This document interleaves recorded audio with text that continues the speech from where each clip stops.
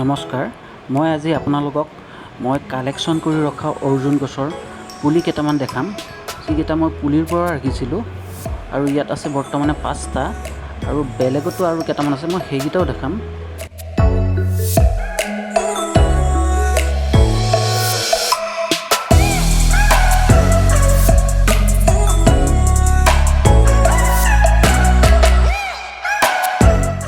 মই এই পুলিকেইটাক মই বিশেষভাৱে চোৱা চিতাও কৰা নাছিলোঁ।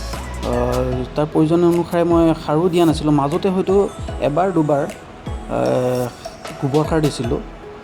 এতিয়া মই ভাবিছোঁ এই পুলিকেইটাক মই ভালদৰে নিৰীক্ষণ কৰিম, তাৰ প্ৰয়োজন অনুসাৰে তাক মই সাৰ দিবলৈ চেষ্টা কৰিম।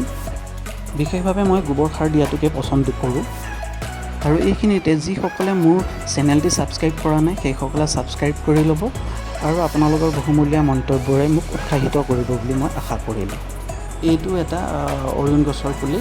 মই ইয়াত মানিমুনি ৰুই থোৱাৰ কাৰণে মই তাক তালৈ দাঙি নিব নোৱাৰিলোঁ। আৰু এটা কথা, এইটো যোৱা বছৰ গৰুৱে বৰ বেয়াকৈ খাই দিছিল, কিন্তু এইবাৰ আকৌ ধুনীয়াকৈ পকাইছে। মনটো তাক দেখি ভালো লাগিছে এতিয়া। এই পুলিটো মই ঘৰৰ ছাদৰ ওপৰত ৰাখি থৈ দিছিলোঁ।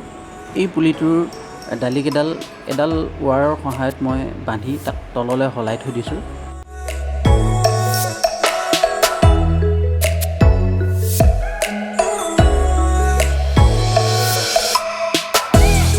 মই অৰ্জুন গছৰ এই দুটা পুলিয়েই ঘৰৰ ছাদৰ ওপৰত ৰাখিছোঁ, বাকীকেইটা মই তলত গ্ৰাউণ্ডত ৰাখি থৈ দিছোঁ।